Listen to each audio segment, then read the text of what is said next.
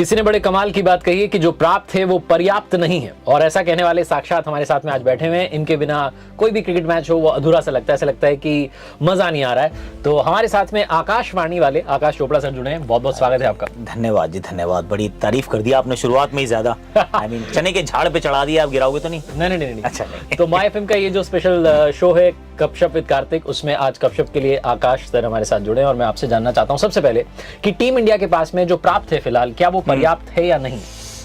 देखिए, जो प्राप्त है वो है तो बहुत अच्छा है, इसमें कोई डाउट नहीं है। अगर आप शर्मा जी के बेटे को देखें, दामाद को देखें, राहुल को देखें, आई मीन फिर श्रेयस अय्यर होते हैं, बल्लेबाजी में गहराई भी नजर आती है, बहुत सारा टैलेंट नजर आता है। देखिए, प्राप्त जो है वो पर्याप्त हो सकता है अगर सारे मिलकर इकट्ठा होकर अच्छे से खेलें। जो सिलेक्शन का भी एक इशू था एक्चुअली, अगर हम पीछे मुड़ के देखें, वो T20 वर्ल्ड कप देखें तो वहां पर पर्सनली मुझे तो लगा सिलेक्शन का इशू था। जो 11 खिला रहे थे वो भी शायद सही नहीं थे।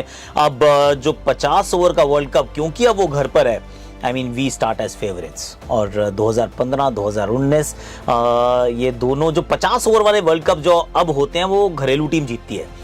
तो अब उम्मीद तो यही है कि जो है वो सही है, हो जाएगा, सब हो जाएगा। अच्छा, मैं आपसे जानना चाहता हूँ, बहुत सारे लोग ये जानना चाहते हैं कि आप ये जो शेरो शायरी लेकर के आए, दो पंक्तियां आप लेकर के आए, 2 लाइनर्स 1 लाइनर्स, इसकी आपने प्रैक्टिस की है या कोई किताब आपके पास में रखी हुई है उसमें से आप निकाल के ला रहे हैं रोजाना? नहीं, प्रैक्टिस करनी पड़ती है ऑनेस्टली, और कहीं से भी इंस्पिरेशन, आपके शो से भी इंस्पिरेशन, कि जहां मौका मिले, जहां एक अच्छी कोई चीज मिली, फिर उसका इस्तेमाल आप कहां कर सकते हो।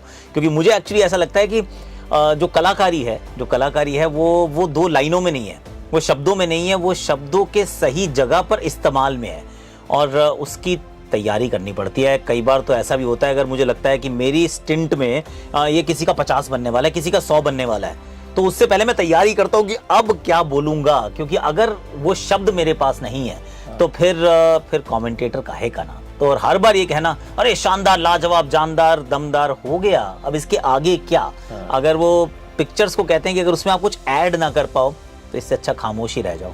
बहुत बढ़िया। और मैं देखता हूँ जब भी कभी जयपुर में मैच होता है तो आप रोड्स के नाम जो है वो लेने लगते हैं, आप मिठाइयों के नाम लेने लगते हैं, या सिर्फ जयपुर नहीं, कभी दिल्ली में हो या अहमदाबाद में हो तो आप वो लोकल टच जो है उसको आप ऐड कर लें। मैं आपसे जानना चाहता हूँ कि जो यंगस्टर्स अगर वो कमेंटेटर बनना चाहते हैं या क्रिकेट इस फील्ड में एज ए कमेंटेटर आना चाहते हैं, करियर ऑप्शन देखते हैं, आप उनको क्या एडवाइस करोगे? देखिए, मैं उनको सिर्फ ये कहूंगा कि एक तो क्रिकेट को फॉलो करो बड़े शिद्दत के साथ, और उसके बाद खेल को समझो।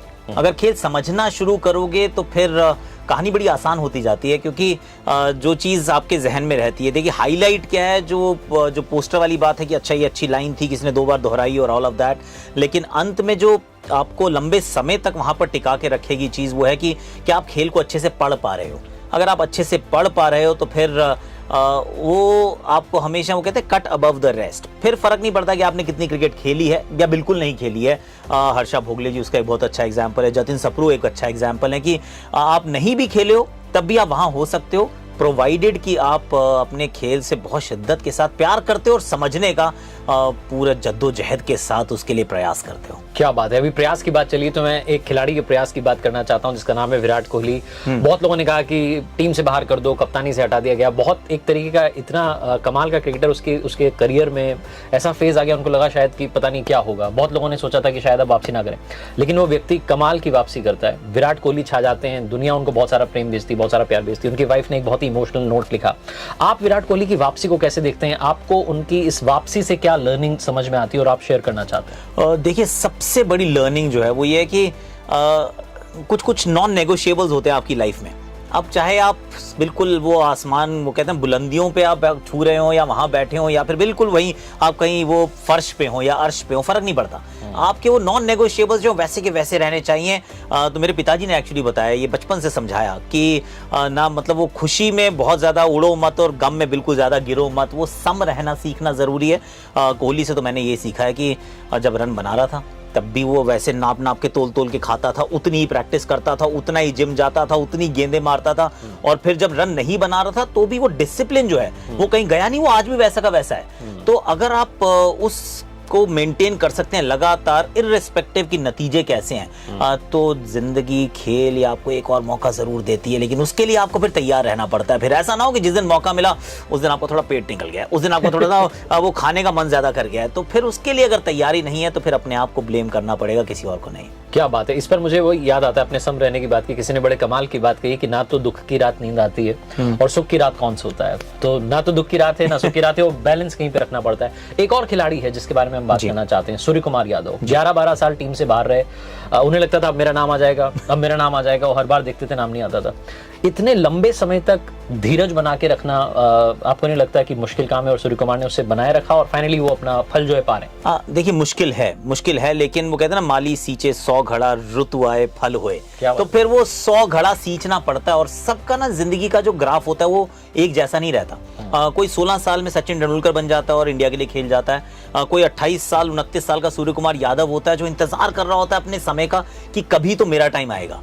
और पर तैयारी पूरी थी, क्योंकि मैंने उनको बड़े अच्छे से, बड़े पास से देखा। मैंने तब भी उनसे बात की जब वो नहीं खेल रहे थे भारत के लिए।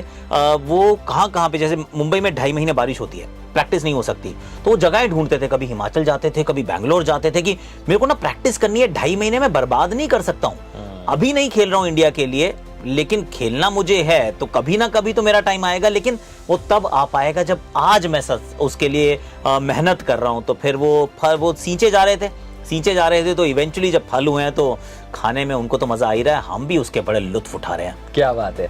अच्छा, एक खिलाड़ी के बारे में और हम बात करते हैं। चलो खिलाड़ी की बात चलिए, संजू सैमसन, उनके साथ क्या समस्या हो रही है, क्यों नहीं आ पा रहे हैं, वो टिक क्यों नहीं पा रहे, आ रहे हैं तो? देखिए काम ना, ये संजू सैमसन की एक फैन आर्मी है, और आजकल ये बड़ा इंटरेस्टिंग रहता है कि और माहौल बड़ा इंपॉर्टेंट है इंडियन क्रिकेट में। तो संजू बहुत कमाल के खिलाड़ी हैं, इसमें कोई दो राय नहीं है। पर संजू के लिए क्या जगह उपलब्ध है, ये जो सिलेक्शन होता है खासतौर से 11 का, ये न्याय के आधार पे नहीं होता, ये बैलेंस के आधार पे होता है। कौन कहां पे फिट होता है। मतलब खिलाड़ी बहुत कमाल का है, जबरदस्त किस्म का ओपनर है, उसको ना नंबर 6 पे खिला दें, तो फिर नंबर 6 पे मतलब वो कौवा चला हंस की चाल, तो वो नहीं होने वाला है, वो कैसे होगा। तो वो संजू सैमसन की जो समस्या है कि जो सारे रन वो बनाते हैं नंबर 1 पर, 2 पर या 3 पर, 3 से नीचे कभी अपनी फ्रेंचाइज के लिए बैटिंग नहीं करते। जब इंडिया के लिए मौका मिल रहा होता है तो लगता है यार 6 नंबर वाला बैटर चाहिए। अब 6 नंबर वाले बैटर के लिए आप संजू को वहां भेजो, फिर उसके चक्कर में आप ऋषभ पंत के पीछे भागो। थोड़ी सी नाइंसाफी है, पर संजू के लिए टफ है। हालांकि एक और चीज सबको याद रखनी चाहिए, जब बिशन सिंह बेदी पाजी जब क्रिकेट खेल रहे थे तो 2-3 करियर्स थे जो समाप्त हो गए थे। एक पद्माकर शिवालकर करके थे, एक राजेंद्र गोयल करके थे, वो 500-500 विकेटें चटका गए, लेकिन मौका नहीं मिला इंडिया खेलने का। क्यों? क्योंकि बिशन सिंह बेदी साहब वहां पे थे। अब इस बात को आप कह भी सकते हैं कि मेरे साथ बहुत नाइंसाफी हुई है, पर कई बार आपका जन्म उस समय हुआ होता है जहां जगह नहीं मिल पाती है, तो क्या किया जा सकता है। राइट। अच्छा, अब बात कर लेते हैं 2023 के वर्ल्ड कप की। कप पे आप आनंद लेते रहिए कॉफी का। 2023 का जो वर्ल्ड कप है, आपको क्या लगता है कौन सा फैक्टर जो है सबसे ज्यादा इंपॉर्टेंट रहेगा? क्योंकि T20 में हम देखते हैं अग्रेशन मैटर करता है, टेस्ट में हम देखते हैं पेशेंस मैटर करता है, वनडे जो फॉर्मेट है अब ये कहां पर रह गया बीच में? ये बड़ा इंटरेस्टिंग है एक्चुअली, क्योंकि अब आप फिर दोबारा जो मुझे लगता है एक बड़ा जो एक डिफरेंशिएटर आने वाला है, कोशिश कर रही है भारतीय टीम उसको एड्रेस करने की, अभी तक तो नहीं कर पाई है। आई विल बी ऑनेस्ट, नहीं कर पाई है। वो ये कि आपके टॉप 6 के अंदर एक नहीं तो 2 आपके पास बॉलर होने चाहिए जो आए, थोड़ी सी बॉलिंग कर पाए। एक तो ये ढूंढना है भारत को किसी तरीके से, जो काम वो यूसुफ पठान कर लेते थे, वो युवराज सिंह करते थे, सुरेश रैना करते थे, वो कोई मिल नहीं रहा। वीरू कर देते थे, सचिन कर लेते थे। और जो दूसरी बात जो मुझे लग रही है, शायद इस बार जो भारत थोड़ा सा एकदम से हो सकता है शॉक ट्रीटमेंट मिलेगा, वो ये है कि सपाट पिचेस है, और सपाट पिचेस पे टीम्स आएंगी, खासतौर से इंग्लैंड, ऑस्ट्रेलिया, हो सकता है साउथ अफ्रीका, जो सोच के हैं कि ना आप 350 बनाएंगे, हम दूसरे ब्रांड की क्रिकेट खेलने वाले हैं। आप जो खेल रहे हैं आप खेलते रहिए ट्रेडिशनल वो शास्त्रीय संगीत, हम यहाँ रॉक और जैम और वो हम पॉप म्यूजिक खेलने आए हैं। तो उसके लिए हमें तैयार रहना पड़ेगा, क्योंकि हो सकता है कि हमें भी अपने खेलने के अंदाज को बदलना पड़े, just to stay abreast with the times. Right. Cricket analyst होने के नाते मैं आपसे जानना चाहता हूं कि आप कभी कभी किसी खिलाड़ी की ज्यादा तारीफ कर देते होंगे, और ऑब्वियसली जैसे आपने बताया कि जगह तो एक ही है, उस पर 3 या 4 कंटेंडर आ गए हैं। टीम इंडिया में इतने खिलाड़ी हो गए कि शायद 4-5 टीमें एक साथ खिला लें। तो ऐसे में जब फैन आर्मी पीछे पड़ जाती होगी सोशल मीडिया पर, आप उस प्रेशर को कैसे हैंडल करते हैं, या पढ़ते ही नहीं आप कमेंट्स? यार कमेंट्स पढ़ता हूं मैं एक्चुअली, और कल भी अपनी वाइफ से बात कर रहा था मैं कि पढ़ो और भूल जाओ और छोड़ दो, क्योंकि हमारे ये इंसानों की ना, मतलब हमारी ह्यूमंस की ये एक प्रॉब्लम है कि टेंडेंसी ये है कि 50 कमेंट होंगे, उसमें से ना एक खराब होगा, उल्टा याद रह जाएगा। वो एक वो जो आता है वो ऐसे करके आता है कि देखो ये बिल्कुल, और उसमें आपको भी बोलेगा, आपके परिवार को भी बोलेगा, और थोड़ी सी मतलब आप शब्दों का इस्तेमाल भी करेगा, यहाँ नहीं बोलेंगे, पर वो लगता है, वो दिल में जाके लगता है बहुत जोर से। पर over a period of time आप रियलाइज करते हो कि छोड़ यार इसको, ये साथ में आएंगे। वो 25-30 अच्छे भी थे, 15 थे, न्यूट्रल थे, वो एक गंदा था, छोड़ दे यार। ब्लॉक के ऑप्शंस रहते हैं वैसे, मैं तो बहुत ब्लॉक करता हूँ। तो मैंने सुना है इलॉन मस्क जो है वो पैसे देने वाले हैं लोगों को ब्लॉक करने के, तो फिर मजे आ जाएंगे। मैं बड़ा खुश हूँगा भैया, फिर गाली दो तुम मुझे, कोई बात नहीं, एटलीस्ट पैसे भी कमा लेंगे। अच्छा, मैं आपसे जानना चाह रहा हूँ, जब आप फैमिली के साथ जाते हैं घूमने के लिए, वेकेशन पर या कहीं तो भी, तो घर वाले कभी कहते हैं कि अब क्रिकेट की बात मत करो, अभी बहुत हो गया, या आप खुद एक बैलेंस बना के चलते हैं? मैं कोशिश करता हूँ कि मैं बात ना करूँ, हालांकि आ जाती है बात यार, कहीं ना कहीं कभी ना कभी तो आती जरूर है, क्योंकि ये तो सब कुछ हुआ है। मेरी वाइफ ने भी कैमरा पकड़ा है, अभी तो मतलब फिर भी ट्राइपॉड ये अपने साथ लेके घूम रहा हूँ वैसे, पर क्योंकि काम है तो, वरना वो पहले शूट किया, वो खुद ही कर लेती थी, वो मेरी 7 साल की बेटी भी कर लेती थी कि अच्छा आपकी मम्मी कर रही है, अब तो ये तो मुझे करना है। ऐसा ओके फाइन, आप कर लो। तो क्रिकेट से दूर रहना तो बड़ा मुश्किल काम है। हालांकि ये बात भी सच है कि जब ब्रेक लेता हूँ, अभी भी लिया था यहाँ आने से पहले, मैंने एक 8-10 दिन का ब्रेक था, तो कुछ ज्यादा क्रिकेट की हमने बात की नहीं। मैं चुपचाप से अलग से देख लेता था स्कोर कहीं पे हाईलाइट, पर बच्चों को कुछ नहीं कहता था, बेबी को भी कहता था आप करो, आप शेर देखो रणथंभौर में, मैं थोड़ा सा मैच देख लेता हूँ। बहुत बढ़िया। जयपुर आप आए, घूमे आप अपनी फैमिली के साथ भी, जयपुर को क्या अपने शब्दों में बयां करना चाहेंगे? ओ, जयपुर मुझे बहुत पसंद है, ये शहर मुझे बहुत पसंद है, और इसलिए नहीं कह रहा हूँ क्योंकि यहाँ बैठा हूँ, इनफैक्ट एक हफ्ते में दूसरा चक्कर लग गया है मेरा। जयपुर ने मुझे दिया भी बहुत कुछ है, 2 रणजी ट्रॉफीज में यहाँ आकर खेला, दोनों बार हम चैंपियन बने। वो एक कमाल की कहानी थी, एक किताब भी लिखी उसके ऊपर हमने। लोग बहुत अच्छे हैं, बाकी सारी चीज़ें ठीक है, मतलब आमेर फोर्ट भी बड़ा अच्छा है, अंबर फोर्ट भी अच्छा है, आप नाहरगढ़ भी जाइए, आप हवा महल देखिए, आप जल महल दूर से देख लीजिए, पर जो शहर बनता है वो लोगों से बनता है।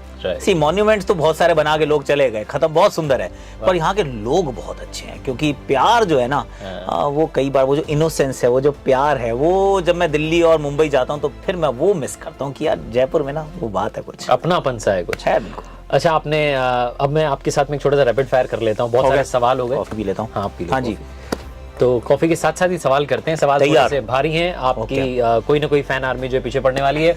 ऑप्शन नंबर 1, मतलब पहला सवाल, क्वेश्चन नंबर 1, ऑप्शन इसमें 2 हैं। T20 वर्ल्ड कप हो चुका है, 2023 के वर्ल्ड कप में ओपनर जो है रोहित शर्मा के साथ आप किसे देखते हैं, शुभमन गिल या शिखर धवन? शिखर धवन।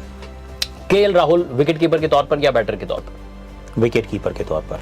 2023 के वर्ल्ड कप में विकेट कीपर कौन होना चाहिए, ऋषभ पंत या संजू सैमसन? ऋषभ पंत। ये तो आप एकदम मतलब धड़ल्ले से जवाब दे रहे हैं, बिना किसी डर के, आपने ब्लॉक वाला ऑप्शन समझ लिया। जी।